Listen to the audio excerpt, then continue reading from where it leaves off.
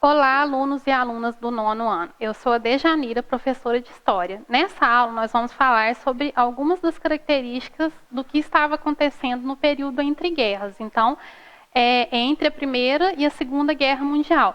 Vamos falar sobre a crise econômica que começou nos Estados Unidos em 1929 e o surgimento de partidos totalitários como o fascismo na Itália e o nazismo na Alemanha.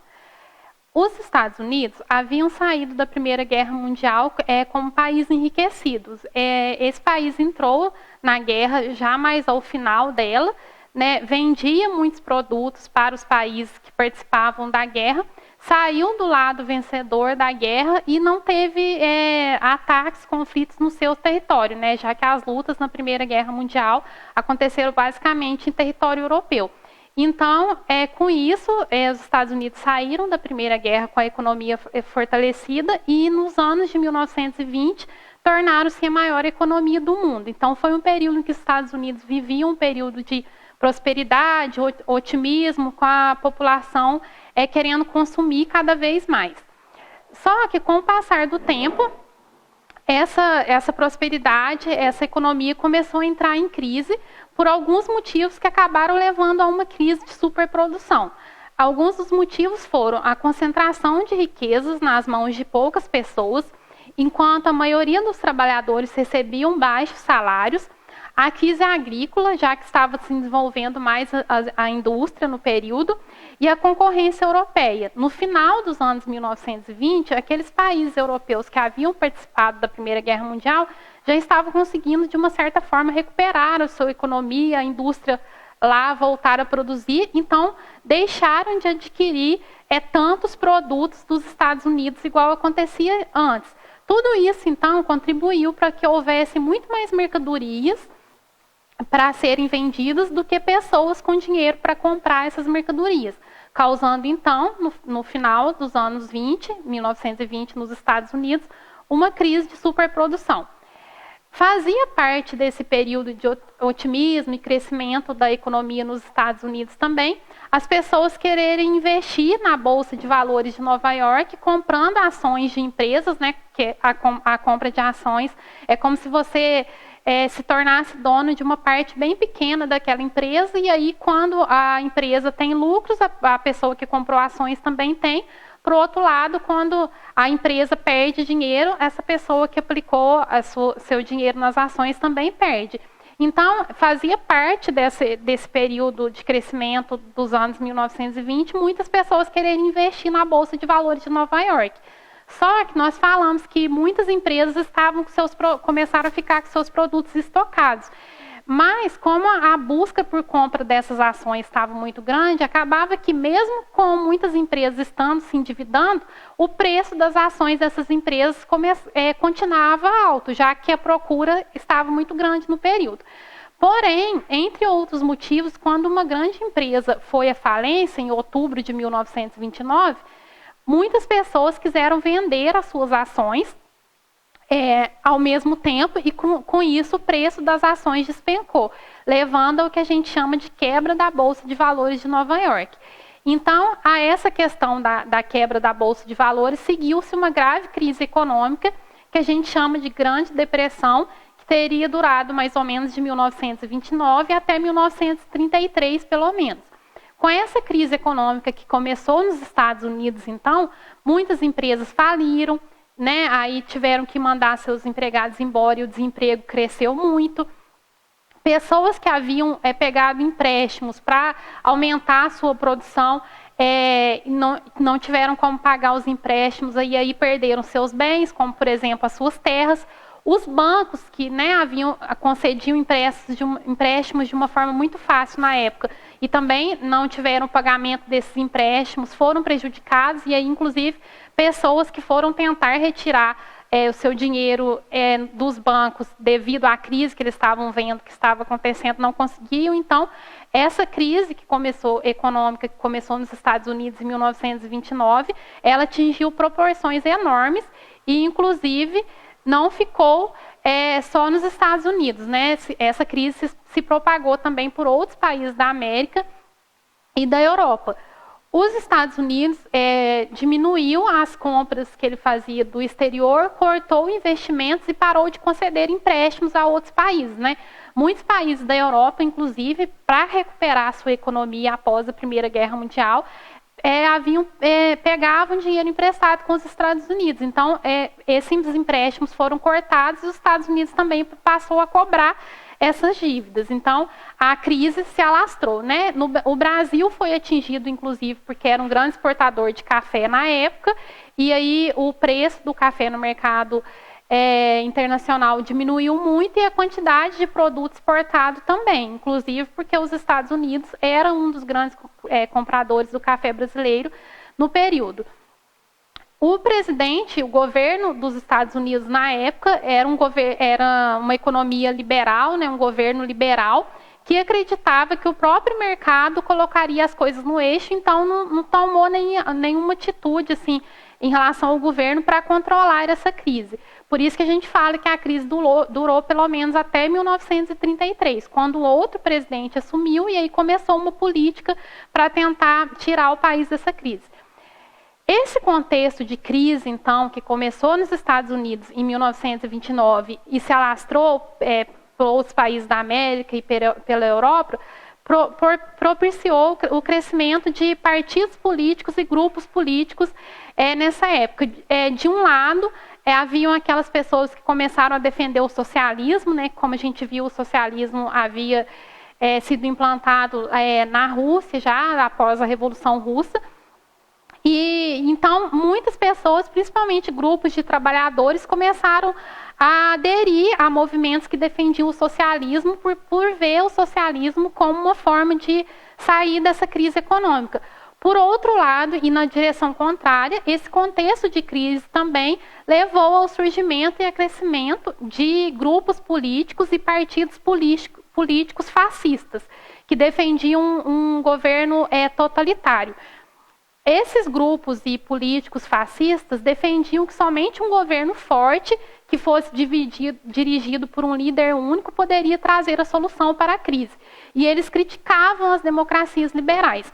Como nós já mencionamos, os Estados Unidos, na época que aconteceu essa crise, era um governo liberal, ou seja, que defendia a não intervenção do Estado, do governo na economia, né? E muitas pessoas culpam isso, inclusive, por a crise ter tomado proporções tão grandes, né? Essa não intervenção do Estado na economia. Então, esses políticos e partidos fascistas defendiam totalmente o oposto. Tanto a intervenção do Estado, desse governo que deveria ser forte na economia, quanto em todos os outros setores da vida das pessoas, inclusive da vida particular mesmo. São algumas das características de um governo fascista, então. A defesa do nacionalismo extremado, onde qualquer coisa é justificada ou pode ser feita no pensamento desses políticos e partidos em nome do bem da nação. A rejeição, tanto a uma forma de governo do liberalismo quanto do socialismo. A defesa de um líder forte. Então, os governantes desses países que adotaram o fascismo, eles eram muito exaltados, eram figuras colocadas no centro desse governo, e um Estado totalitário e a exaltação da violência, o uso da violência, do autoritarismo para se manter no poder. Então, nós vamos falar sobre dois desses governos fascistas, que é o de Mussolini, na Itália, que está representado aí na imagem à esquerda, e de Adolf Hitler, na Alemanha, também mostrado aí nessa imagem. Começando pelo fascismo italiano, então. O ex-combatente italiano Benito Mussolini, que deu origem ao movimento fascista na Itália, defendendo o nacionalismo extremado e a subordinação do indivíduo ao Estado. Em 1921, foi fundado o Partido Nacional Fascista. Em 1922, Mussolini liderou uma manifestação que ficou conhecida como Marcha sobre Roma, onde eles defenderam esses ideais fascistas. E diante do crescimento desse grupo que defendia o fascismo e da pressão, o rei da Itália acabou transformando Mussolini em primeiro-ministro da Itália. Como líder do governo italiano, então, Mussolini implantou uma brutal ditadura. Ele impôs a censura, fechou os jornais, perseguia todo mundo que fazia oposição ao regime, ao governo fascista, criou uma política secreta para fazer essa perseguição e acabou com todos os partidos de oposição, deixando apenas o partido fascista. Para conseguir se manter no poder, Mussolini teve também o apoio da Igreja Católica, ao assinar o Tratado de Latrão, em 1929, que reconhecia o Vaticano como Estado independente. Então, o Vaticano, que é hoje o Estado, o menor país, é governado pela Igreja Católica e fica dentro da cidade de Roma. A independência desse Estado foi reconhecida durante o governo de Mussolini. Então, por isso, a Igreja Católica reconheceu o seu governo fascista como legítimo. É característica também desses governantes fascistas utilizar, além do autoritarismo e da violência para se manterem no poder, também a propaganda e a divulgação de uma ideologia tentando convencer a população de que a sua forma de governo seria a melhor forma. Então, Mussolini utilizou também a educação, o cinema e o rádio para divulgar as suas ideias. Na escola, as crianças aprendiam, então, sobre a vida de Mussolini, sobre as suas realizações, e no rádio e no cinema também eram divulgadas imagens e uma propaganda do que ele considerava grandes feitos do seu governo. Passando agora, então, para o nazismo na Alemanha. O Partido Nazista ele foi fundado em 1919. Em pouco tempo, o Hitler tornou-se o líder dos nazistas, e ele que era também um ex-combatente, então, da Primeira Guerra Mundial. Defendia também o nacionalismo extremado e uma característica fundamental desse governo do nazismo na Alemanha era o ódio e a perseguição que ele colocou contra os judeus.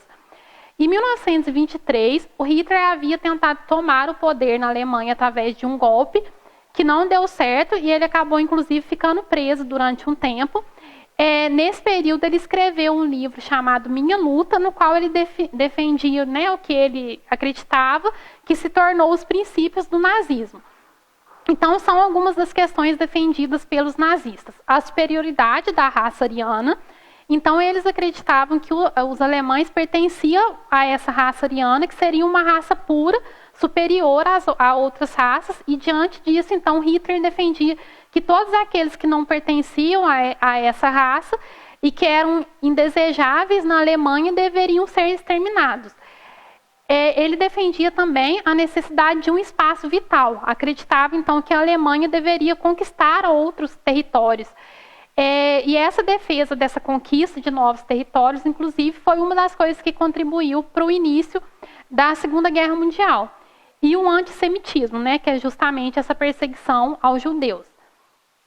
A Alemanha havia saído da Primeira Guerra Mundial totalmente devastada, economicamente, humilhada. Nós vimos em aula anterior que a Alemanha havia sido obrigada a aceitar o Tratado de Versalhes, que impunha duras condições a ela após a Primeira Guerra Mundial. A crise de 1929 só agravou essa situação da Alemanha, que já não estava nada favorável. E Hitler, então, ele foi crescendo, o seu discurso foi ganhando novos adeptos dentro desse contexto, porque ele se colocava como salvador da pátria, como se só ele e as questões que ele defendia pudessem tirar a Alemanha dessa situação. Em 1933, então, Hitler se tornou chefe de governo, chanceler da Alemanha. Nas eleições de 1933, o partido nazista, o seu partido havia conseguido conquistar a maioria do parlamento, então tornando-se o chefe desse governo. E em 1934, com a morte do então presidente da Alemanha, o Hitler tornou-se o único governante, o governante supremo da Alemanha, adotando o título de Führer. No poder, Hitler implantou uma das mais cruéis ditaduras da história da humanidade. Então, ele acabou com as manifestações democráticas, fechando sindicatos, dissolveu os partidos políticos também, deixando apenas o partido nazista, praticou a censura, fechando jornais, perseguiu os judeus. Em relação a essa perseguição contra os judeus, algumas das medidas adotadas durante o nazismo de Hitler na Alemanha foram a proibição do casamento entre judeus e arianos, judeus tiveram seus bens bloqueados, né, então perderam seus bens, e milhares de judeus foram presos e enviados aos campos de concentração. Nesses campos de concentração, eles tinham o seu trabalho explorado, né? Então eram campos de trabalho forçado, mas também campos de extermínio. Mais de 6 milhões de judeus foram assassinados nesses campos de concentração nazistas, num episódio que ficou conhecido então como Holocausto. Mas, além de judeus, também eram enviados para esses campos de concentração e assassinados todos aqueles que o Hitler e o seu governo nazista acreditavam que eram indesejáveis na Alemanha. Então, foram enviados para esses campos também presos políticos, homossexuais, ciganos. Então, a brutalidade, a violência desse governo nazista foi assim, extremo e absurdo, levando à morte milhões mesmo de pessoas, algo que talvez seja até difícil de entender só explicando aqui, né? Espero que vocês tenham conseguido entender um pouco dessas características do período entre guerras. Fiquem bem, até a próxima aula.